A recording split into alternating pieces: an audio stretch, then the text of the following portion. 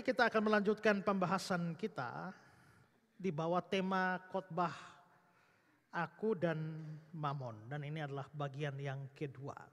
Kita kembali memperhatikan teks kita, Lukas 16 ayat 1 sampai ayat yang ke-15. Dan Yesus berkata kepada murid-muridnya, ada seorang kaya yang mempunyai seorang bendahara. Kepadanya disampaikan tuduhan bahwa bendahara itu menghamburkan miliknya. Lalu ia memanggil bendahara itu dan berkata kepadanya, apakah yang kudengar tentang engkau? Berilah pertanggungan jawab atas urusanmu, sebab engkau tidak boleh lagi bekerja sebagai bendahara.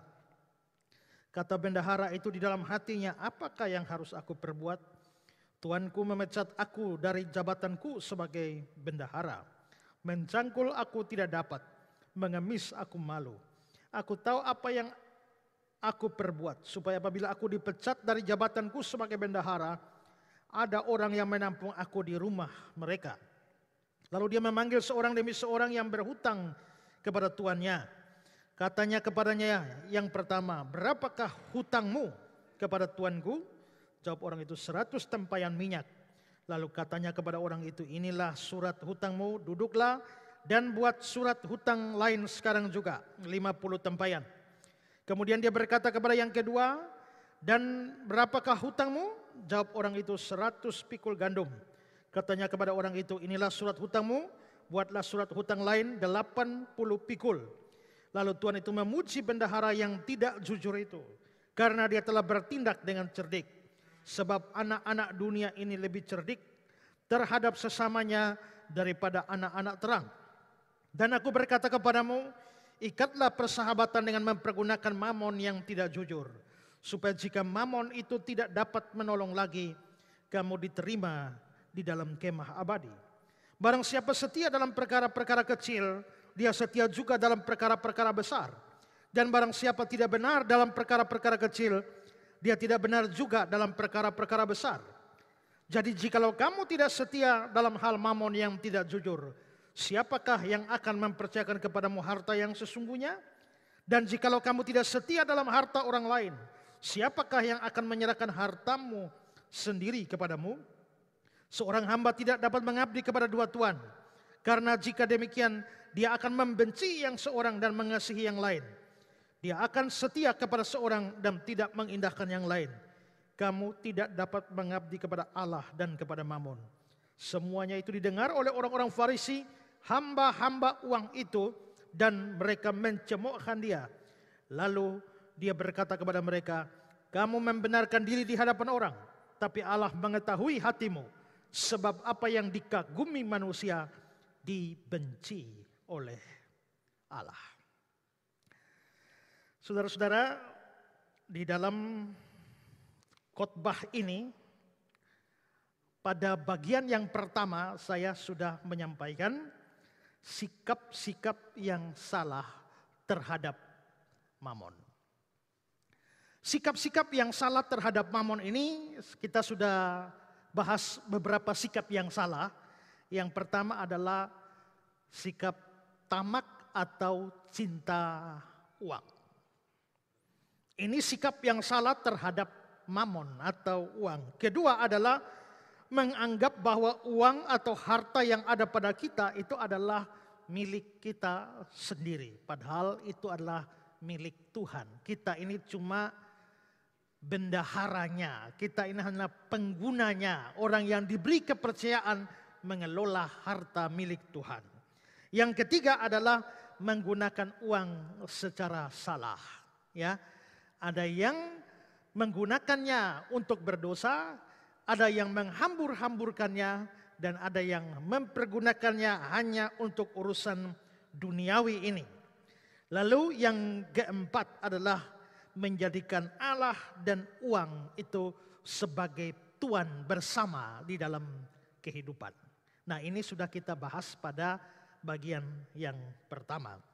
Sekarang di akhir khotbah yang saya sampaikan itu, pada bagian yang pertama saya mengatakan kalimat seperti ini, bahwa setiap kita harus mengoreksi diri kita.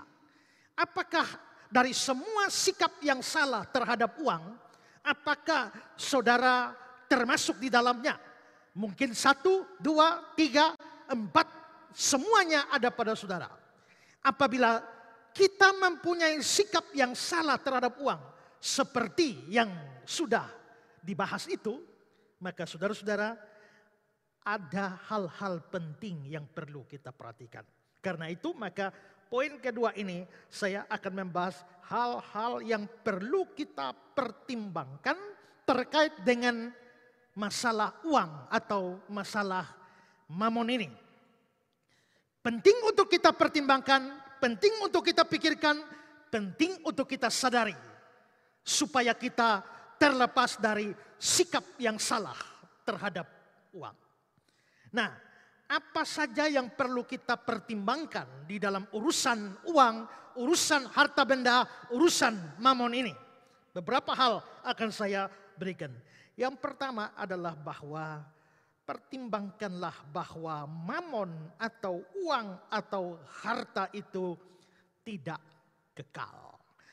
Mamon, uang, harta itu tidak kekal. Perhatikan ayat 9 bacaan kita. Dan aku berkata kepadamu, ikatlah persahabatan dengan mempergunakan mamon yang tidak jujur. Saya sudah jelaskan sebelumnya bahwa mamon itu merujuk kepada harta, benda, uang, kekayaan di dunia ini. Karena itu di dalam terjemahan Indonesia sehari-hari, ayat ini berkata, dengarlah, pakailah kekayaan dunia ini. Atau di dalam Alkitab Slaber 2011 dibilang, aku berkata kepadamu, pakailah harta duniawi. Berarti mamon itu memang adalah harta duniawi. Mamon itu adalah kekayaan dunia ini. Nanti sebentar saya akan memberikan penjelasan lebih jauh tentang istilah tidak jujur itu. Tetapi mamon artinya kekayaan dunia. Mamon artinya harta dunia ini. Nah, kalau mamon itu adalah kekayaan atau harta dunia, sekarang perhatikan lagi ayat 9. Saudara perhatikan di sini ada kata mamon di atas, tapi di ujung ayat ini ada kata abadi. Di sini mamon dikontraskan dengan kemah abadi. Mamon dikontraskan dengan keabadian. Perhatikan juga di Schlaber 2011. Ada kata-kata harta duniawi di atas, tapi di bawahnya ada kekal. Itu berarti bahwa harta duniawi dikontraskan dengan kekal, sama dengan mamon dikontraskan dengan abadi. Jikalau hubungannya adalah sebuah kontras, maka berarti mamon tidak bersifat abadi. Berarti harta dunia tidak bersifat kekal. Karena itu saudara-saudara, hal yang harus kita pertimbangkan, kalau kita mempunyai sikap yang salah terhadap uang, pertimbangkanlah bahwa mamon itu tidak bersifat abadi, harta dunia itu tidak bersifat kekal.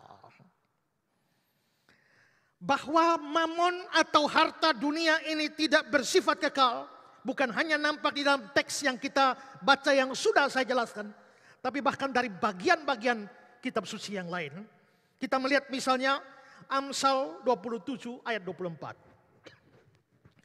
Amsal 27 ayat 24. Karena harta benda tidaklah abadi. Karena harta benda tidaklah abadi. Saudara-saudara, ketika Amsal 27 berkata harta benda tidaklah abadi, apa maksudnya? Maksudnya adalah bahwa harta benda di dunia ini itu memang bisa lenyap dalam waktu sekejap mata. Dalam Amsal 23 ayat 4 dan 5 dikatakan begini. Janganlah bersusah payah untuk menjadi kaya. Tinggalkanlah niatmu ini. Kalau engkau mengamat-amatinya, lenyaplah ia. Karena tiba-tiba dia bersayap, lalu terbang ke angkasa seperti Raja Wali. Saudara perhatikan ayat 4. Janganlah bersusah payah untuk menjadi kaya, tinggalkanlah niatmu itu. Ini bukan berarti bahwa orang Kristen tidak boleh punya keinginan kaya. Ayat ini tidak berbicara hanya sekedar keinginan kaya, tapi ayat ini berbicara soal keinginan kaya yang didasarkan pada motivasi yang salah. Ingin kaya, mau kaya itu belum tentu salah. Tergantung mengapa saudara mau kaya, untuk apa saudara mau kaya. Maka motivasinya penting. Di dalam Amsal ini kelihatannya adalah bahwa keinginan kaya didasarkan pada anggapan bahwa kekayaan bisa memberikan keselamatan, kekayaan bisa memberikan kebahagiaan. Akhirnya mencari kekayaan atau menjadi orang kaya itu menjadi tujuan terbesar di dalam hidup orang ini. Karena itulah ayat ini mengatakan bahwa tinggalkanlah niatmu itu. Jikalau kamu ingin kaya tapi motivasinya salah, jikalau kamu mengejar kekayaan sebagai tujuan terbesar dalam hidupmu, jikalau kamu mengejar kekayaan karena anggapan bahwa kekayaan bisa memberikan keselamatan dan kebahagiaan yang sejati, tinggalkanlah niatmu seperti itu. Itu yang dimaksudkan di dalam Amsal ini. Karena apa? Kalau punya anggapan demikian, dikatakan ayat 5 tadi. Kalau engkau mengamat-amatinya, mengamat-amati kekayaan itu, lenyaplah ia karena tiba-tiba dia bersayap, lalu terbang ke angkasa seperti Raja Wali. Maksudnya adalah bahwa ketika kamu amat-amati uang itu, ketika kamu amat-amati kekayaan itu, tiba-tiba dia bisa lenyap seketika seperti bersayap dan terbang. Perhatikan komentar dari Henry. Henry bilang begini, kekayaan tidak bertahan lama dan tidak tetap. Kekayaan adalah sesuatu yang sangat tidak pasti. Sudah tentu demikian, tiba-tiba dia bersayap lalu terbang. Semakin kita mengarahkan mata kita untuk terbang mengejarnya, semakin akan terbang menjauh dari kita. Lalu Henry selanjutnya bilang begini, kekayaan akan meninggalkan kita. Orang bisa menggenggamnya erat-erat, tetapi tidak untuk waktu yang lama. Entah dia harus diambil dari kita atau kita diambil darinya. Kalau bukan harta meninggalkan kamu, kamu meninggalkan harta. Hanya itu dua saja. Semua kita pasti akan mengalami salah satunya. Jikalau harta itu tidak meninggalkan kamu, kamulah yang akan meninggalkan harta itu. Karena itu sifatnya sementara. Hasil usaha dikatakan mengalir seperti aliran sungai. Tetapi di sini dikatakan terbang seperti burung. Mungkin saja kekayaan meninggalkan kita secara tiba-tiba. Sementara kita sudah sangat bersusah payah mendapatkannya dan sudah mulai sangat berbangga dan bersuka di dalamnya. Orang yang tamak duduk mengerami kekayaannya dan menetaskannya sampai dia bersayap seperti anak-anak ayam di bawah induknya dan kemudian dia pergi menghilang. Atau seolah-olah ada orang yang senang dengan unggas-unggas yang hinggap di ladangnya dan menyebutnya sebagai miliknya sendiri karena ada di tanahnya. Sementara jika ia mencoba mendekati mereka, mereka akan segera merentangkan sayap dan terbang ke ladang orang lain. Dia pergi tanpa bisa ditolak dan tanpa bisa dipanggil kembali. Seperti Raja Wali terbang ke angkasa, yang terbang dengan sangat kencang. Dia tidak bisa dihentikan dan terbang menghilang dari pandangan dan dari panggilan. Dia tidak bisa dibawa kembali. Seperti itulah kekayaan meninggalkan orang dan meninggalkannya dalam kesedihan, dalam kesusahan, jika hati kita terpatri kepadanya. Karena itu saudara-saudara, di sini penulis Amsal mau mengatakan, penulis Amsal bukan orang yang kere, bukan orang yang miskin, tetapi kita tahu bahwa dia adalah seorang yang pernah menikmati seluruh kekayaan dunia ini. Tetapi pada akhirnya dia berkata bahwa kekayaan itu akan pergi. Entah kekayaan itu pergi meninggalkannya atau dia meninggalkan kekayaan itu. Inti semuanya adalah bahwa harta kekayaan dunia memang tidak bersifat abadi. Tuhan Yesus juga mengatakan dalam Matius pasal 6 ayat 19. Janganlah kamu mengumpulkan harta di bumi. Di bumi ngengat dan karat merusaknya. Pencuri membongkar serta mencurinya. Janganlah kamu kumpulkan harta di bumi. Ini sekali lagi bukan berarti kita tidak boleh kerja cari uang. Bukan berarti kita tidak boleh kerja untuk mengumpulkan harta. Tidak. Karena kalau ini artinya tidak boleh kerja cari duit. Ini bertentangan dengan banyak ayat kitab suci yang justru mengecam orang yang malas kerja.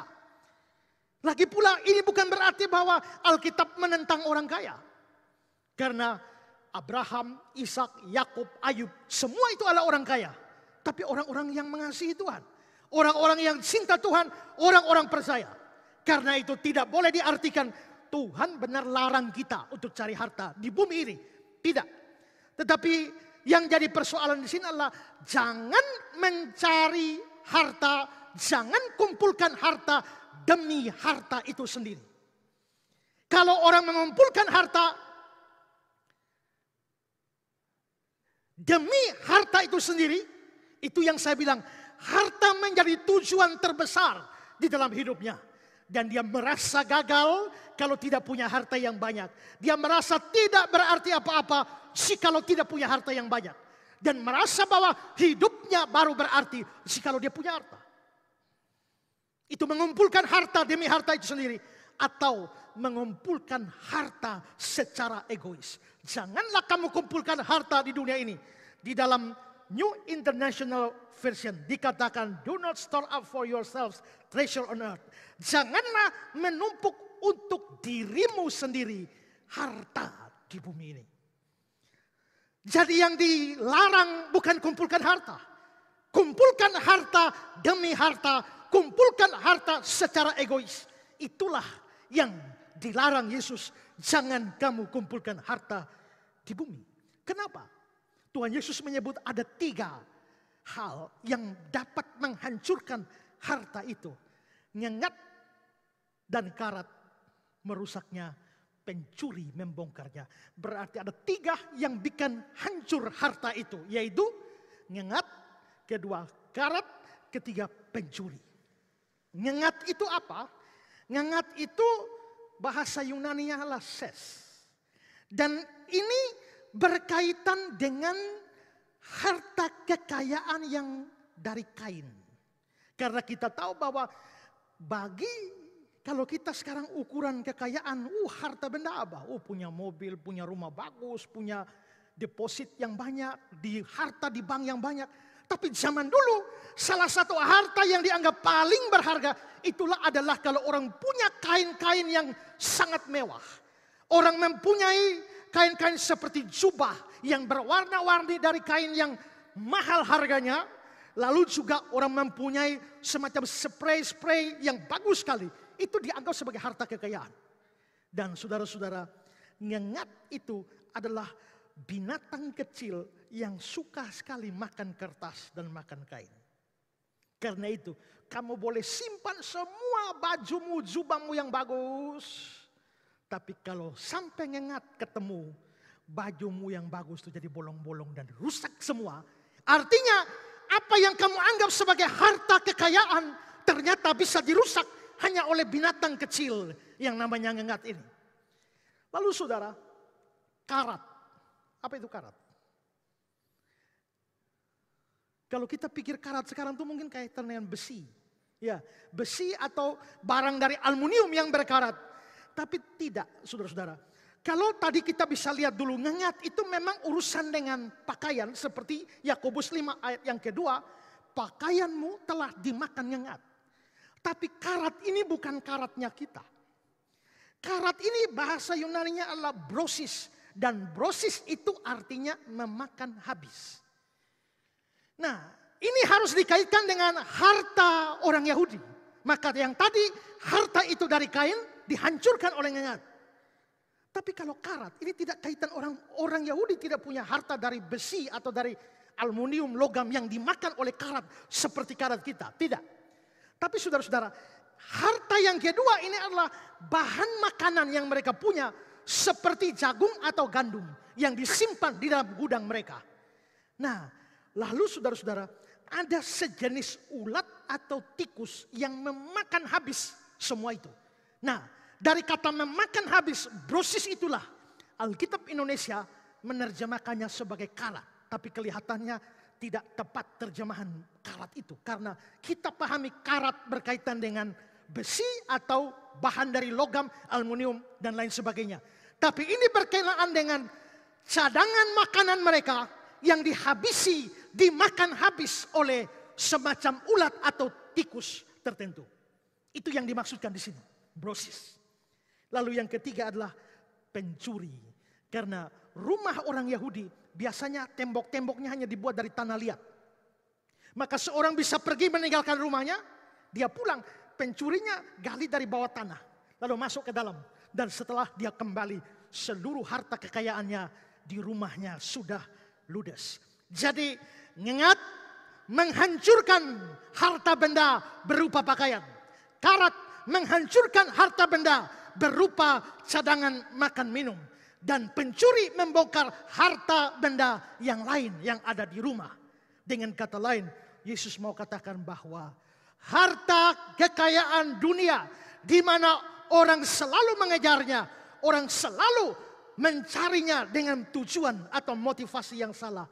Ada saatnya di mana itu semua menjadi hancur karena tidak bersifat kekal. Kalau saudara lihat foto orang ini adalah Saint Quinn. Dia adalah seorang pengusaha manufaktur terkaya di Irlandia. Kekayaannya pada tahun 2008 mencapai 6,5 miliar dolar Amerika. Dan dia mengelola perusahaan keluarganya sejak dari tahun 1973 di Irlandia. Dia bahkan mempunyai cabangnya di Inggris, Jerman, Belgia, Prancis, Spanyol, Slovakia. Dan saudara-saudara, kekayaannya begitu luar biasa.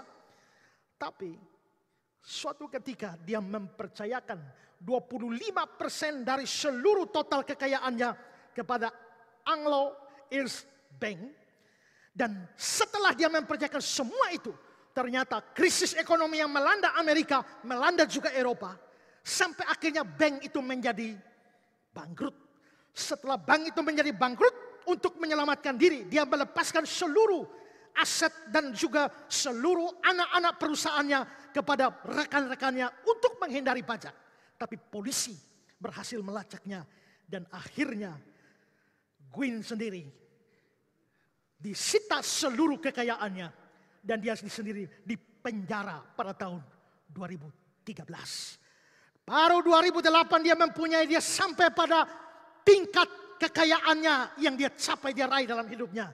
2013 sudah ada di penjara dalam keadaan bangkrut, tidak punya apa-apa. Maka saudara-saudara, ini hanya salah satu kesaksian dari begitu banyak pengalaman orang-orang yang pada satu titik dalam hidupnya mengalami kejayaan secara material. Tapi dalam tempo yang sesingkat-singkatnya, seluruh kekayaannya seperti punya sayap dan terbang meninggalkan mereka. Uang, mamon, harta kekayaan tidak abadi. Karena itu adalah sebuah kebodohan. Kalau orang menghabiskan seluruh hidupnya, seluruh waktunya hanya semata-mata untuk mengejar kekayaan dunia ini yang tidak bernilai kekekalan. Sebelum saudara mempunyai sifat-sifat yang salah terhadap uang, atau saudara sudah ada pada sikap yang salah terhadap uang, sadarilah ini. Yang pertama, mamon, uang, harta kekayaan tidak bersifat kekal. Sekarang yang kedua.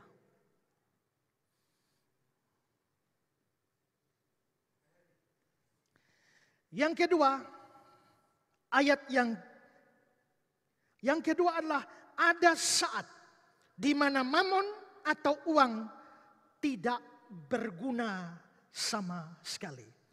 Ada saat di mana mamon atau uang tidak berguna sama sekali. Mari perhatikan ayat yang ke-9.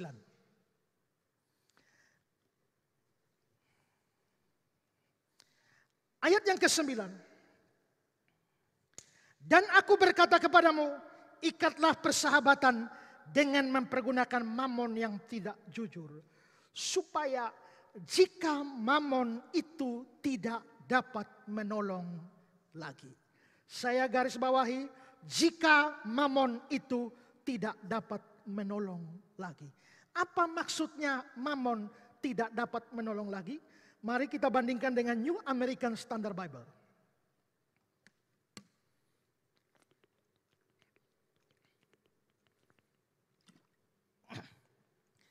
Dalam New American Standard Bible digunakan kata-kata when it fails.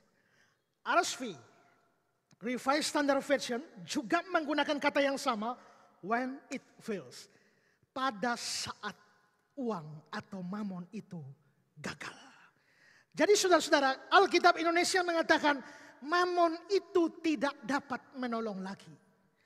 Tapi beberapa Alkitab bahasa Inggris bilang mamon itu gagal.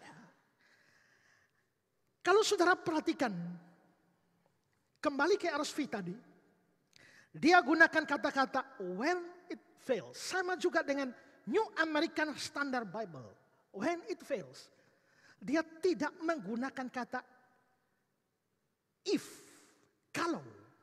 Tapi dia menggunakan kata when yang artinya pada saat itu gagal. Kedua kata ini memang maknanya hampir sama, if dan when. Tapi kalau if, jika, itu belum tentu terjadi. Jadi jika gagal berarti belum tentu gagal.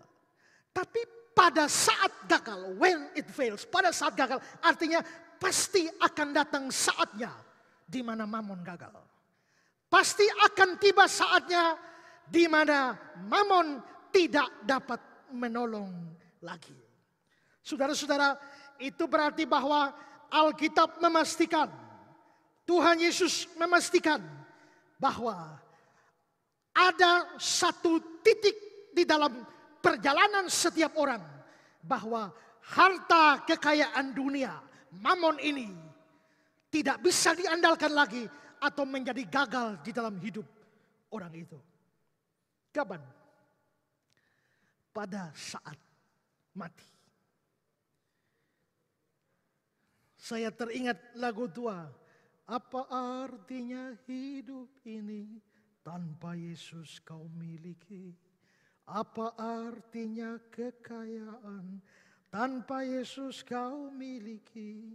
Bila saatnya telah tiba, kita dipanggil olehnya, maka semua yang kita miliki takkan berarti lagi. Maka semua yang kita miliki takkan berarti lagi. Saat semua yang kita miliki tidak berarti lagi, saat dimana Tuhan memanggil kita, maka disitulah mamon tidak dapat menolong lagi. Disitulah harta kekayaan itu menjadi gagal. Saudara-saudara, pada saat Tuhan memanggil setiap kita, pada saat kematian menjemput kita, maka harta tidak bisa menolong lagi. Harta menjadi gagal. Tidak ada seorang pun yang bisa bawa apapun ketika maut menjemputnya. Mari kita bandingkan dengan ayat seperti Ayub 1 ayat 21.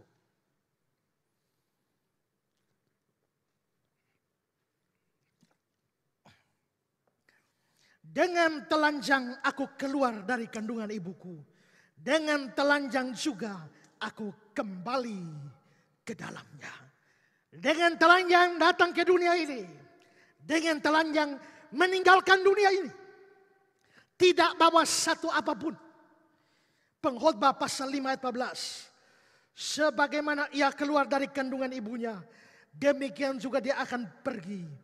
Telanjang seperti ketika ia datang, dan tak diperolehnya dari jeripayanya satupun yang dapat dibawa ke dalam tangannya. 1 Timotius 6 ayat 7. Sebab kita tidak membawa sesuatu apa ke dalam dunia, dan kita pun tidak dapat membawa apa-apa keluar. Kita tidak membawa apa-apa keluar. Saat itulah kekayaan Mamon tidak dapat menolong lagi. Siapa yang tidak kenal Alexander Agung? Seorang pahlawan masa lalu dari Yunani. Dia adalah seorang yang membawa Yunani menguasai dunia ini.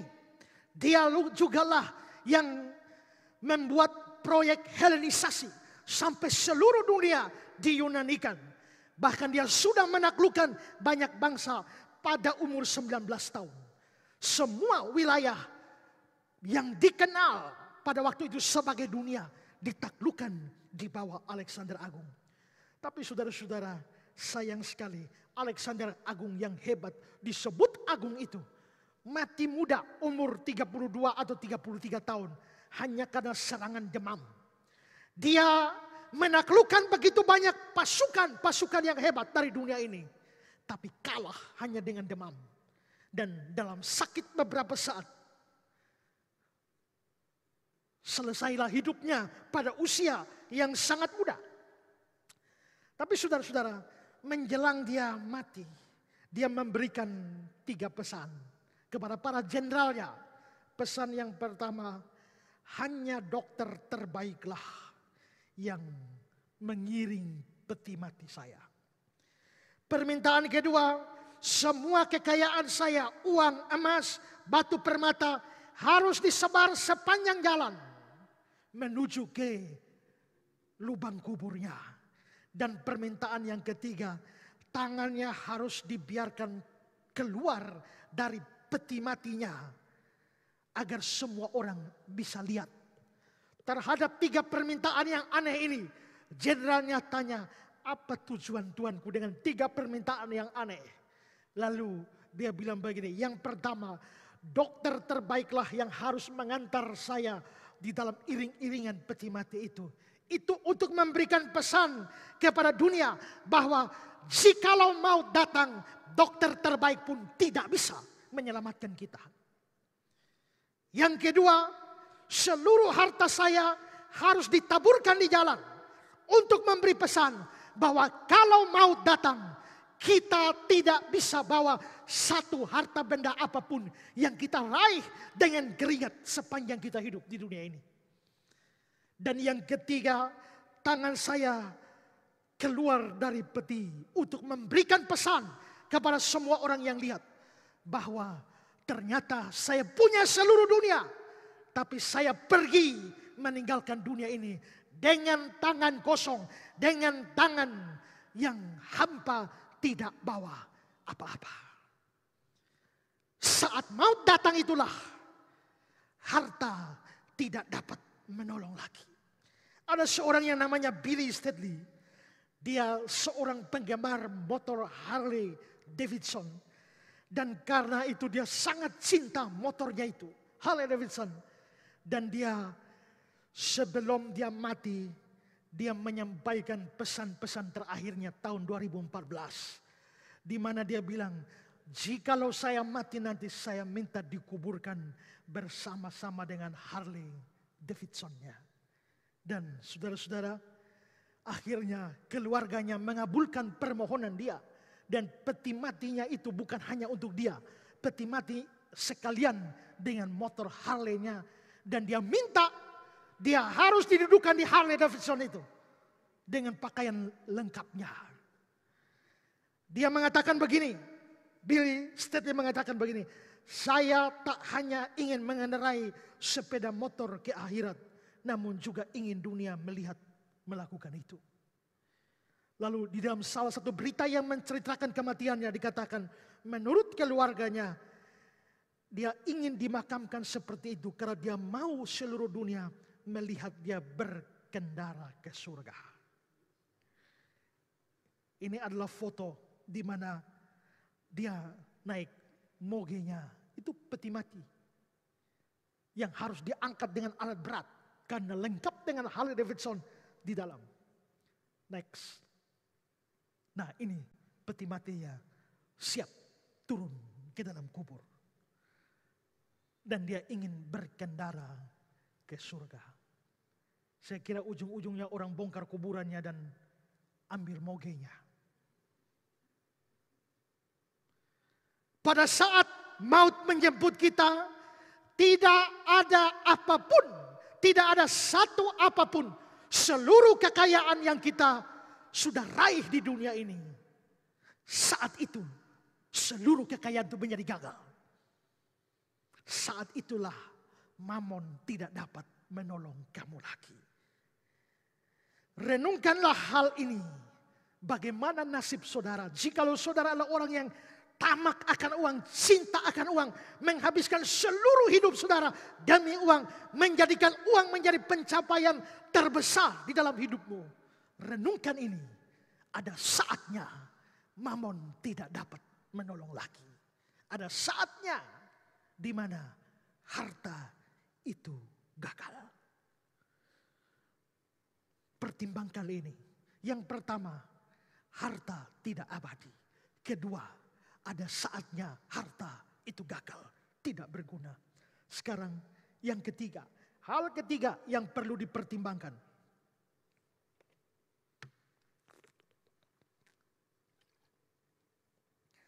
Adanya hidup yang akan datang.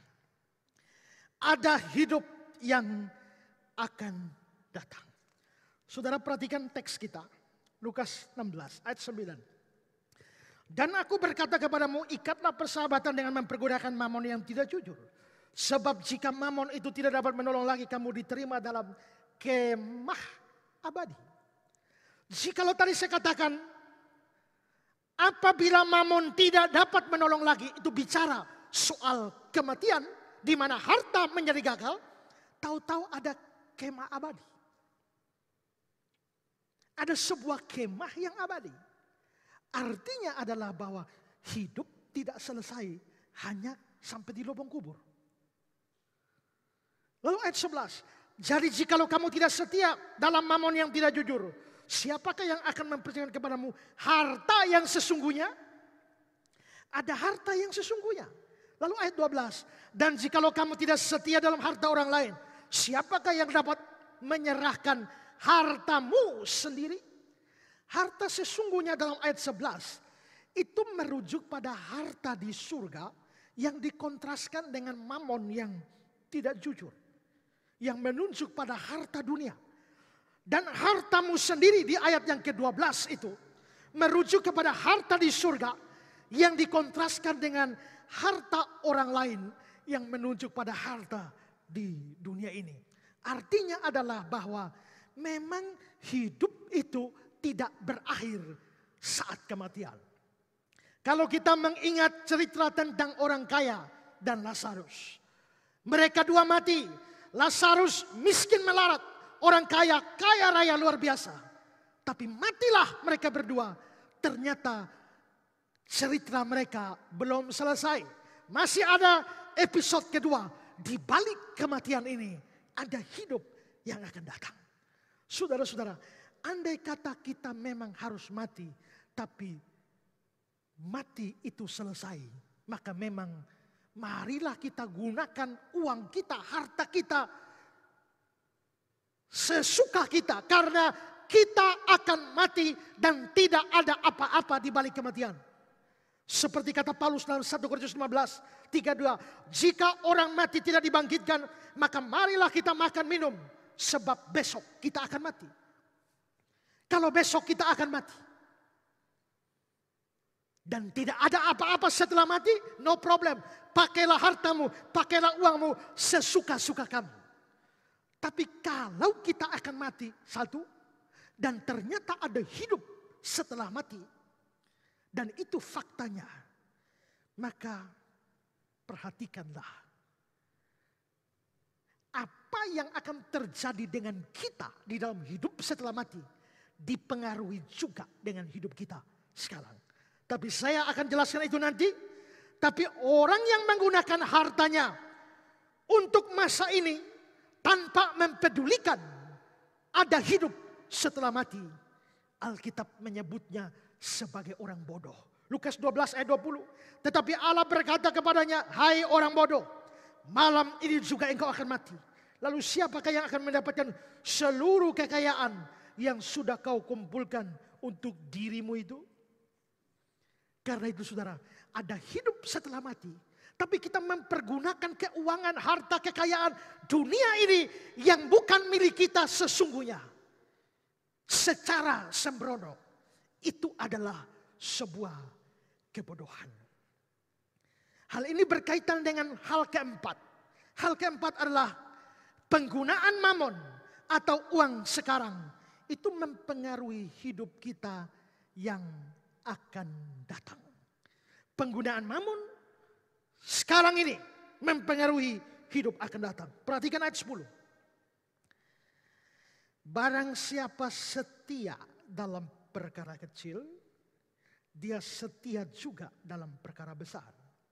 Barang siapa tidak benar dalam perkara kecil, dia tidak benar juga dalam perkara besar.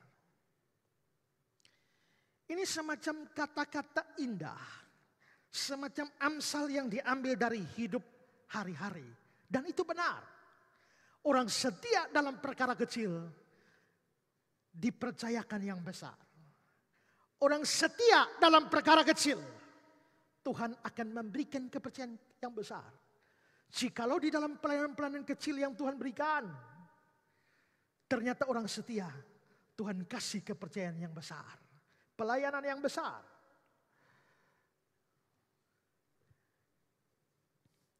Tetapi amsal ini, di sini konteksnya, itu ditekankan ke dalam penggunaan kekayaan, penggunaan uang. Artinya adalah barang siapa setia dalam perkara kecil, ini urusan uang. Maka ayat 11-12, perhatikan. Jadi jikalau kamu tidak setia dalam mamon yang tidak jujur, mamon tidak jujur ini kekayaan dunia. Kalau kamu tidak setia, kalau kamu tidak becus, kalau kamu sembarangan saja di dalam urusan mamon yang tidak jujur dalam kekayaan dunia, siapa yang akan mempercayakan padamu harta sesungguhnya yang di surga? Kalau urusan harta dunia saja kamu tidak becus, bagaimana Tuhan kasih kamu harta di surga?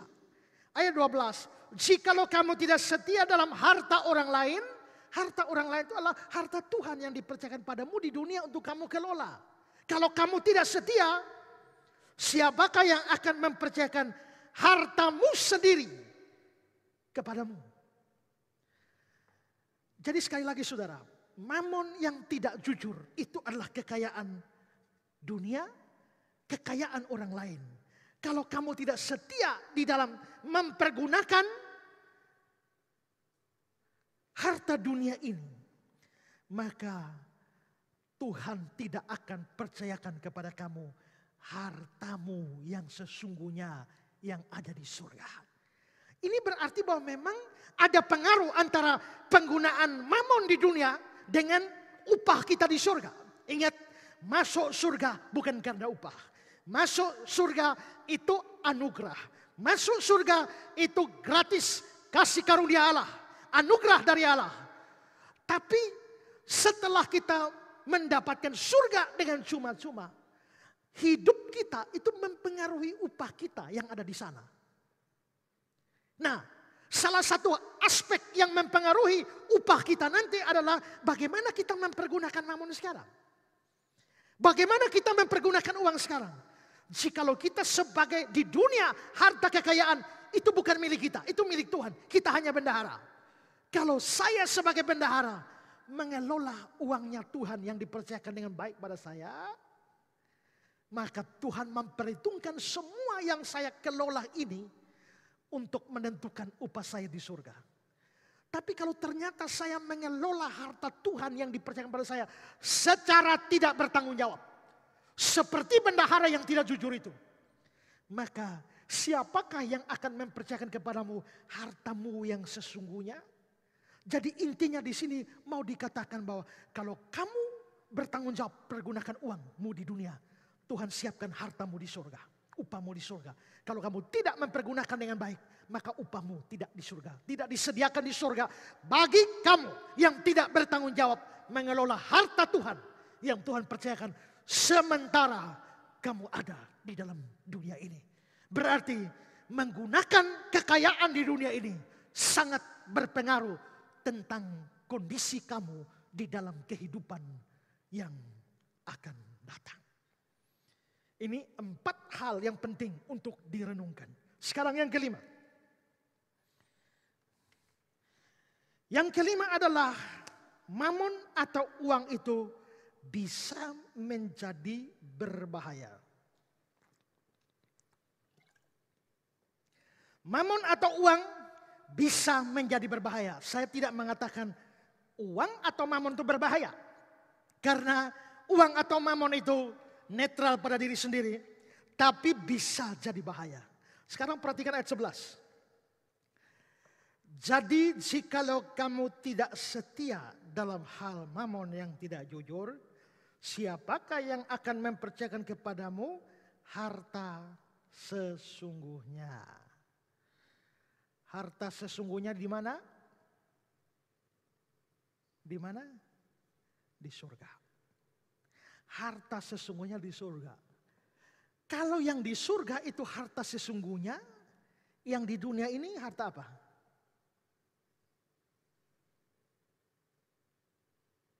Kalau yang di surga harta sesungguhnya, yang di dunia ini?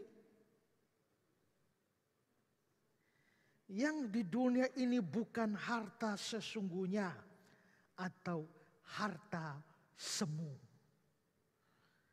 Makanya ayat 19, ayat 9 bilang mamon yang tidak jujur.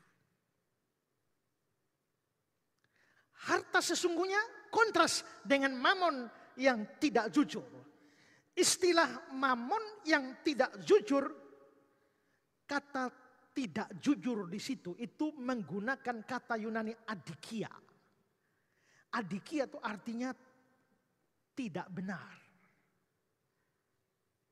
Salah atau tidak benar. Makanya dalam Alkitab King James itu diterjemahkan sebagai the mammon of unrighteousness.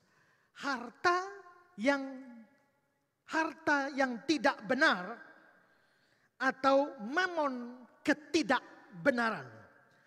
Juga di dalam ayat yang terbuka diterjemahkan mamon yang tidak benar.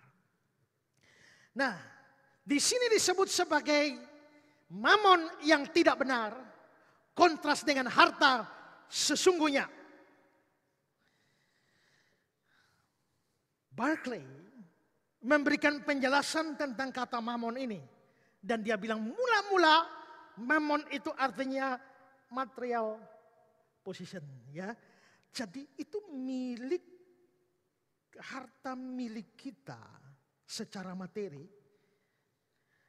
Itu bukan salah, itu sebenarnya tidak salah. Tetapi kata mamon mengalami perkembangan makna yang mula-mula itu berarti sebuah atau sesuatu yang dipercayakan. Makanya dipercayakan pada bank. Saudara punya uang, saudara taruh di bank itu, uang itu dipercayakan kepada bank.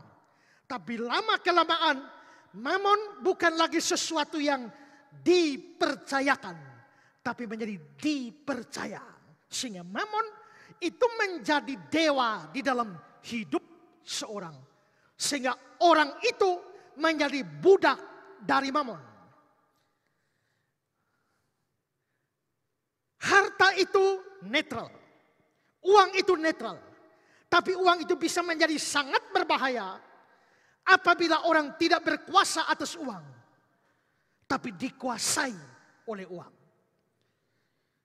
Uang bisa menjadi hamba yang baik, tapi bisa menjadi tuan yang jahat.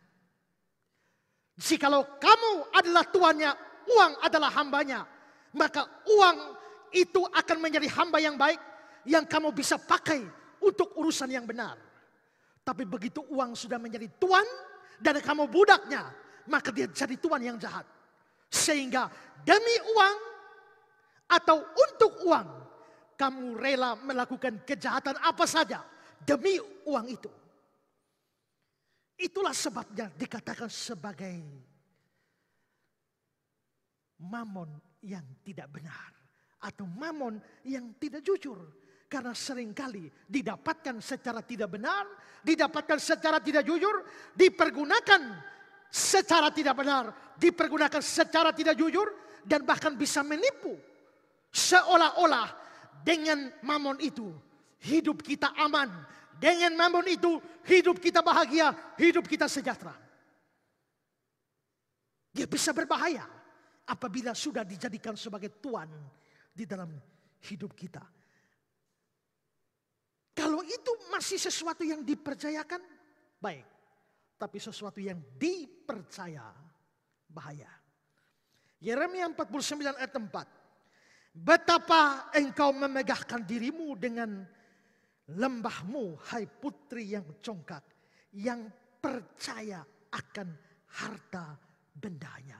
Yang percaya akan harta bendanya. Karena itulah Alkitab memberikan nasihat, jangan jadi hamba uang. Jangan menjadi budak uang. Ibrani pasal 13 ayat 5. Janganlah kamu menjadi hamba uang. Cukupkanlah dirimu dengan apa yang ada padamu. Jangan jadi budak uang. Jadilah tuan atas uangmu. Jangan jadi budak dari uangmu.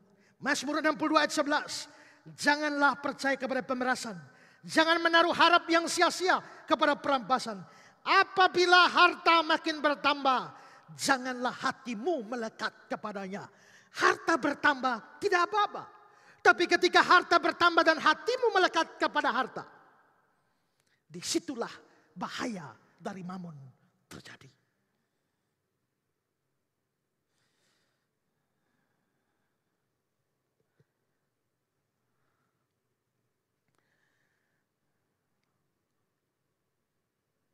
Gandhi bilang begini, ini filsafat Gandhi.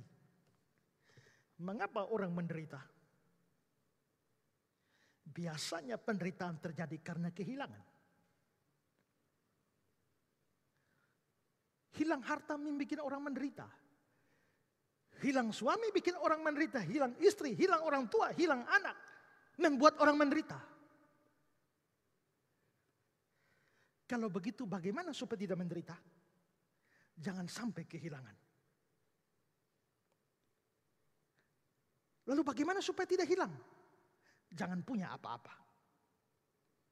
Kalau kamu punya uang, kamu bisa hilang uang. Dan kamu menderita. Mau tidak menderita, jangan sampai hilang uang. Mau supaya uang tidak hilang, jangan punya uang.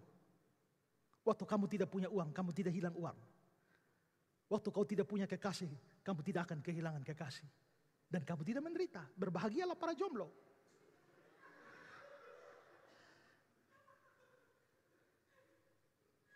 Itu Gandhi mengatakan demikian. Tapi pertanyaannya, bisakah kita tidak memiliki apa-apa? Tidak bisa. Karena waktu kau lahir, kau sudah punya papa, sudah punya mama. Itu bukan pilihanmu. Sehingga ada filsuf lain yang menanggapi pemikiran dari Gandhi, filsafat Gandhi ini. Yang penting itu adalah bukan tidak punya apa-apa. Tapi jangan memegang apa-apa itu terlalu erat. Kamu pegang pisau tidak apa-apa.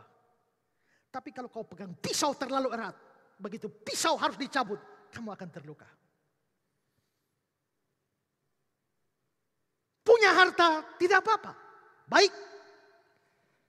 Harta bertambah tidak apa-apa. Tapi ketika hatimu sudah melekat pada harta, begitu hartamu dicabut, kamu gila. Kamu kayak orang idiot.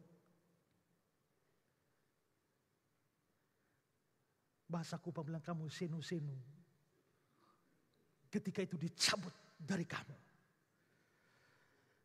Kalau orang kaya raya punya harta yang banyak, hati tidak melekat pada harta, tapi melekat pada Tuhan. Begitu harta diambil, dia akan berkata, Tuhan yang memberi, Tuhan yang mengambil. Terpujilah nama Tuhan.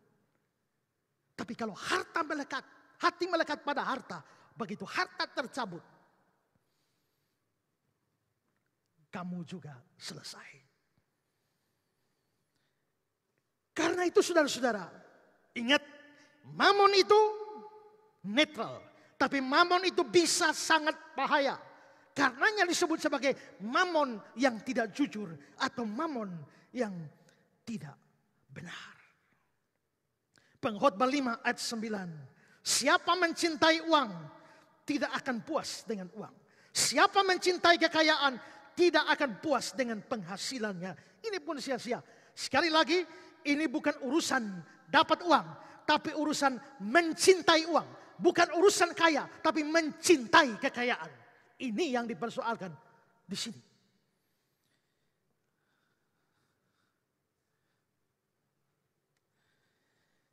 Ada satu tulisan yang bagus. What money cannot buy. Bilang begini, uang dapat membeli rumah, tapi tak dapat membeli keluarga yang menyenangkan. Uang dapat membeli tempat tidur, tapi bukan tidur yang nyenyak. Uang dapat membeli jam dinding, tapi tak dapat membeli waktu. Uang dapat membeli buku, tapi bukan pengetahuan. Uang dapat membeli makanan, tapi bukan rasa untuk menikmatinya. Uang dapat membeli pakaian dan perhiasan, tapi bukan kecantikan. Uang dapat membeli barang mewah, tapi bukan kebudayaan. Uang dapat membeli kedudukan, tapi bukan hormat. Uang dapat membeli darah, tapi bukan kehidupan. Uang dapat membeli obat, tapi bukan kesehatan. Uang dapat membeli seks, tapi bukan kasih. Uang dapat membeli agenda, tapi bukan masa depan. Uang dapat membeli hiburan, tapi bukan kebahagiaan. Uang dapat membeli Alkitab, tapi bukan iman. Uang dapat membeli asuransi, tapi bukan keselamatan. Uang dapat membeli sebuah paspor kemana saja, kecuali ke surga. Uang ada batasnya. Dia ada batas, tapi dia ada bahaya.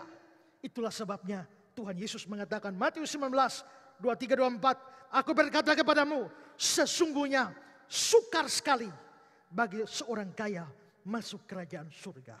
Sekali lagi aku berkata padamu, lebih mudah seekor unta masuk melalui lubang jarum daripada seorang kaya masuk ke dalam kerajaan Allah. Yang kaya jangan terlalu takut dulu. Tapi yang miskin jangan terlalu senang. Karena ini peringatan untuk orang kaya. Jikalau orang kaya dan hatinya melekat kepada kekayaan dan mengabaikan Tuhan, memang sukar bagi orang seperti itu untuk masuk ke dalam kerajaan surga. Karena hartanya terlalu mengikat dia atau hatinya terlalu melekat kepada harta. Orang kaya juga bisa masuk surga. Abraham, Ishak, Yakub, Ayub. Lukas 16. Memang orang kaya itu di neraka. Tapi Lazarus yang miskin di surga. Tapi di surga Lazarus ada di pangkuan Abraham. Abraham juga kaya. Jadi ada orang kaya masuk neraka. Ada orang kaya masuk surga. Ada orang miskin masuk surga. Lebih sengsara sudah miskin di bumi. Sengsara lagi di neraka. Dan terakhir. Mamon atau uang tidak bisa digabungkan dengan Allah. Mamon atau uang tidak bisa digabungkan dengan Allah. Ayat 13. Seorang hamba tidak dapat mengabdi kepada dua tuan. Karena jika demikian dia membenci yang seorang, mengasihi yang lain. Atau dia akan setia kepada yang seorang dan tidak mengindahkan yang lain. Kamu tidak dapat mengabdi kepada Allah dan kepada Mamon. Perhatikan kata-kata ini. Bukan bilang kamu tidak boleh mengabdi kepada Allah dan kepada Mamon. Kamu tidak dapat. Berarti antara Allah dan Mamon, keduanya tidak bisa digabungkan untuk sama-sama menjadi tuan. Tidak bisa. Pada part 1 sudah saya jelaskan sedikit tentang itu. Tapi di sini sekali lagi, jikalau Allah adalah tuanmu, maka Mamon harus dipergunakan untuk melayani Tuhan. Tapi kalau mamon adalah Tuhanmu, maka orang biasa atau sering mempergunakan Allah untuk mendapatkan mamon. Tapi Allah dan mamon setara, menjadi tuan dari seorang. Bukan tidak boleh, tapi tidak dapat, tidak bisa.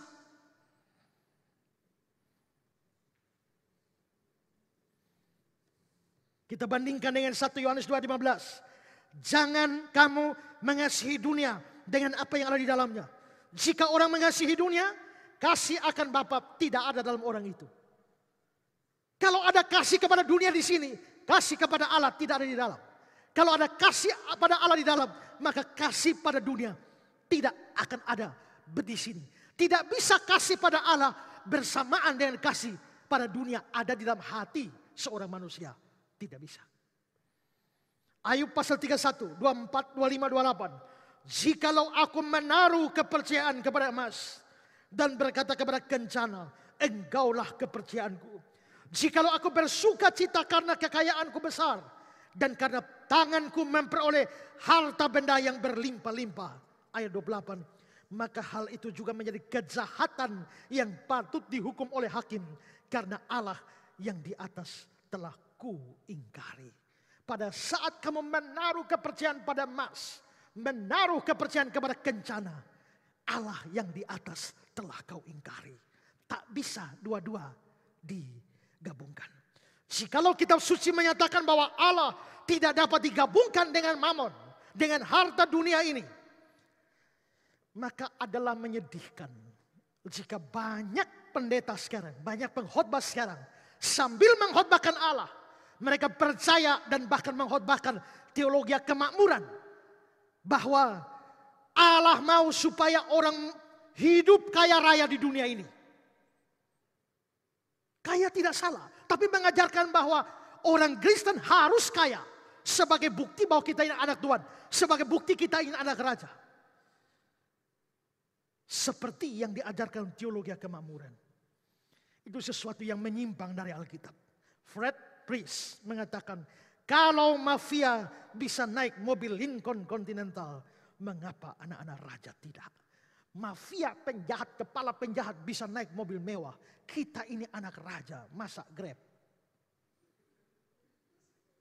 Masa naik ojek? Itu mempermalukan Bapa kita yang di sorga. Kita ini anak raja, aku anak raja, kamu anak raja, kita semua anak raja. Raja mana yang anaknya naik ojek?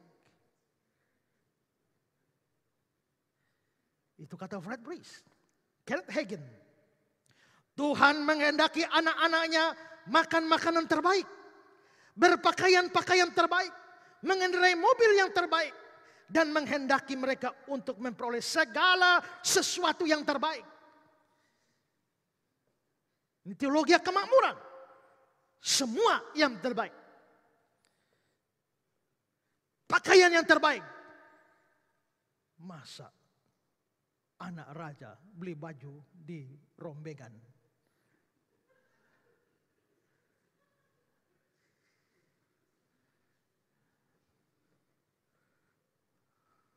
Ada yang tertawa di belakang. Adakah anak raja yang cari baju di rombengan? Oral Roberts, saya melihat bahwa Tuhan menghendaki kita kaya. Sebab itu saya mulai mengkhotbahkan kekayaan orang Kristen. Saya memberitahu orang-orang bahwa Tuhan menginginkan mereka menjadi kaya melalui iman mereka. Jadi kalau kamu punya iman, kamu mesti kaya. Kalau kamu miskin melarat, kamu tidak punya iman. Edwin Louis Cole, Tuhan menghendaki Anda menjadi makmur dalam segala kehidupan. Apakah Anda sudah siap untuk hidup makmur? Apakah Anda butuh hidup makmur? Maka hendaklah Anda hidup makmur. Benny Hinn, saya tidak membutuhkan emas di surga. Saya mesti memilikinya sekarang. Semua ini adalah pengkhotbah dengan paham teologi kemakmuran. Seolah-olah jikalau orang sungguh-sungguh percaya pada Allah, itu identik dengan kekayaan. Sehingga tidak kaya, membuat orang bukan orang beriman atau bukan sungguh-sungguh orang percaya. Tapi saudara-saudara, kitab suci berkata, tidak. Allah bersama Mamon tidak bisa berdiri di tempat yang sama. Atau duduk di tempat yang sama sebagai Tuhan dalam hidup kita. Tidak bisa. Satu pasti akan menjadi pelayan yang lain, budak yang lain. Apakah orang, seperti saya katakan pada minggu lalu, apakah orang menggunakan Allah untuk mendapatkan mamon? Memanfaatkan Allah untuk mendapatkan mamon? Atau memakai mamon untuk melayani Allah? Hanya dua itu saja. John Calvin mengatakan, Kristus menegaskan bahwa adalah tidak mungkin bagi siapapun mentaati Allah dan pada saat yang sama mentaati dagingnya sendiri. Di mana kekayaan berkuasa di hati, Allah telah kehilangan otoritasnya. Memang benar bahwa bukannya tidak mungkin bahwa mereka yang kaya melayani Allah. Tapi siapapun yang menyerahkan diri sendiri sebagai budak kepada kekayaan harus meninggalkan pelayanan kepada Allah. Karena ketamakan membuat kita menjadi budak dari setan. Itu kata-kata John Calvin. Karena itu saudara-saudara, orang bisa punya sikap yang salah terhadap uang. Tapi setiap orang yang punya sikap yang salah terhadap uang, pertimbangkan 6 hal ini. Mamon atau uang tidaklah kekal. Pertama, hal yang kedua, ada saat di mana mamon itu gagal, tidak dapat menolong lagi. Yang ketiga, pertimbangkanlah ada hidup yang akan datang. Hidup tidak selesai di lubang kubur. Yang keempat, camkanlah bahwa apa yang akan terjadi dengan hidup kita di sana bergantung pada kita, cara kita menggunakan uang atau mamon di dalam dunia ini. Yang kelima adalah mamon atau uang itu bisa menjadi sangat berbahaya. Dan yang terakhir, yang keenam adalah mamon tidak bisa digabungkan bersama-sama dengan Allah. Duduk bersama-sama dengan Allah menjadi Tuhan dari hidup kita. 6 hal ini pertimbangkanlah kalau saudara mempunyai sikap yang salah kepada uang. Pertanyaan kita adalah, kalau begitu, bagaimana kita di dalam hidup ini mempergunakan uang dengan benar? Mempergunakan mamon dengan benar. Bukan memanfaatkan Allah untuk mendapatkan mamon, tapi mempergunakan mamon untuk melayani Allah. Bagaimana caranya? Bersambung pada part yang ketiga minggu depan. Tuhan memberkati kita.